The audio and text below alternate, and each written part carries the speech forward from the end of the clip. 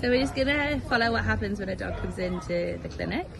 So they come in through here. Some dogs are brought in by the owners. Some dogs are a little bit spicy. So our catching team go out and catch them humanely with a large net, like the one that you just saw come past, and ketamine if necessary. So they'll come in cages. This is where our vet, Dr. Bangura, usually sits. So he's giving treatment to dogs that don't need to be sterilised, but maybe need treatment for skin disease and such like. So the first stop is induction. So Angelo's in induction. So this is where the dogs will get their injection that anaesthetises them. They get 2 different types of pain relief. They get a antibiotic injection and an injection for internal and external parasites, so for fleas and ticks, and also internal worms. Angela will also clip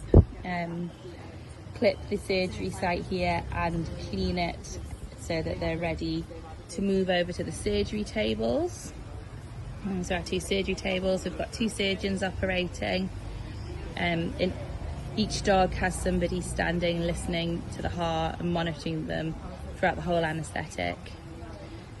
All of our supplies are completely sterile, so we're doing everything completely sterilely, just so that we make sure that the op sites are kept clean. There's all of our sterile equipment.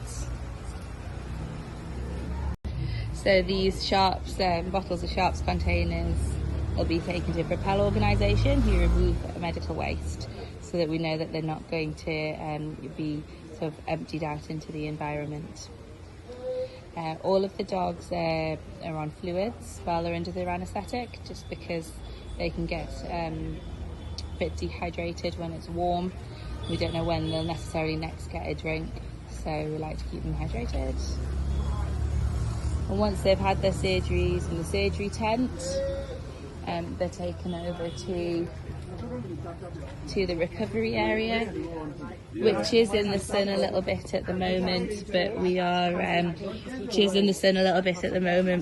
moving it round so that the cages can be in the shade. So the dogs won't be recovering in the sun; they'll always be in the shade. And we have a dedicated person in recovery, just making sure that the dogs are watched the whole time until their intubation tubes come out and they're able to sit up. But because some of the dogs can be a little bit spicy, the majority of them are recovered in cages. But if they're friendly and their owners are here, then they can just sit with them here as well. So we do everything in our power to make the anaesthesia as safe for the dogs as possible. So they each have a record chart where we keep a record of the time and doses of medications that they received.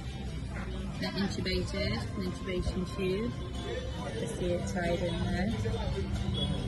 And they all have IV granules in, going to a drip to give them IV fluids. And then each of the anaesthetics is monitored. Hi Alex!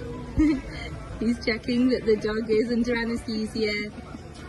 And you see he's got his stethoscope that he's checking the heart with. Okay.